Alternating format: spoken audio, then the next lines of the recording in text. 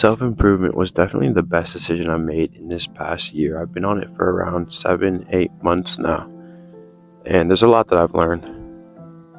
And I've learned that it can be difficult. It can be mentally taxing. There's a lot of pros. Oh my, there's so many pros, but there's a decent amount of cons that you have to fight through and push through for the end results. If you decide to go on the self-improvement journey, this is what it's going to look like. First of all, you have to realize this is so necessary. You have to realize that you are a product of the environment you're in. If you're in a good product with good influences that are going to the gym, keeping you accountable, say, don't eat that, bro. That's not good for you. Or if you're in an environment that have negative influences, that smoke, that drink, that do all these negative habits, then you're going to become like them. We've all heard this saying: you are who you hang around. You'll bear the fruit of that environment. So realize the environment you're in. You might have to remove yourself from the environment, or you might say, I'm in a good environment. I have good influence. This is good for me, which is great.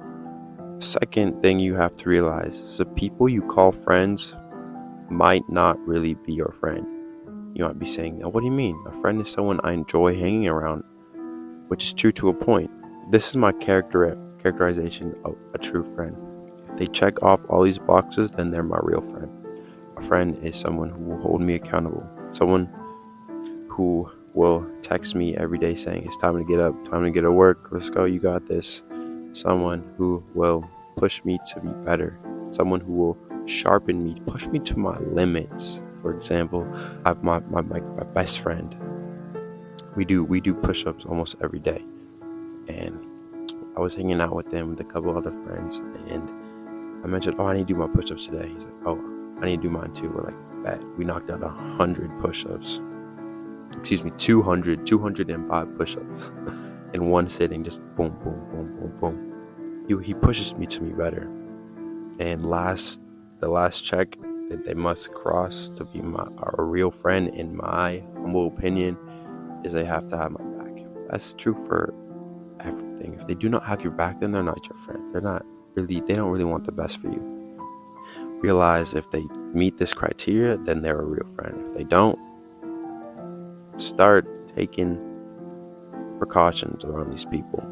Next point is that you have to have self-respect. You have to value yourself high enough to sometimes say no more than yes. I know it's hard for me sometimes to say no when I want to say yes. I want to please them, but I have to put myself first in this situation. I know you may be thinking, oh, that's so selfish. No, there's a difference between selfishness and self-respect. For example, if I need to go to the gym, right? I've been pushing off the gym for days and days and days and days. And I told myself, you're going to the gym tomorrow, Tim. There's no other option. You're going to the gym. And let's say I get an invitation to go eat at some fast food place with a couple of friends that aren't necessarily my real friends. 2 years ago, I would have, oh yeah, bet, let me go with you guys. Where are you guys gonna eat? Yeah, that sounds fun. Now, once I want self-improvement, I value myself high enough. One, I'm not gonna put that toxic food into my body. And two, I told myself I'm going to the gym, so I will execute and go to the gym. And I'm not saying not to live life. Man, we gotta live life. We gotta have experience to tell, wisdom to pass down from those experiences, but value yourself high enough to say no more than yes. Lastly, it could be lonely on self-improvement.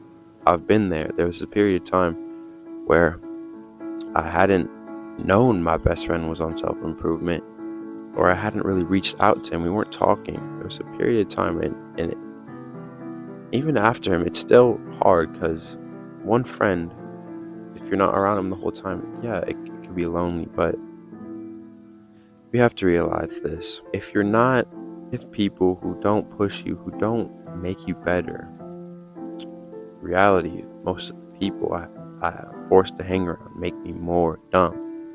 It lower my IQ level, lower my discipline and motivation drive, which is horrendous. But it could be lonely, but that's definitely for the better. Hear me out. you'd rather not have people than to have people that make everything negative, make everything toxic, make everything a burden for you. Trust me on this one. Find peace in your little things. Find peace in the little habits.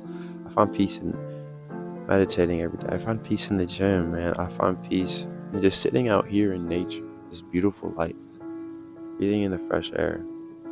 Find peace and find happiness in that, and it won't be so bad. Even with all this said, self-improvement was the best decision, like I said, in the past year of my life. If you make this decision, your life will shift drastically. Keep fighting. I believe in you, bro. Stay strong.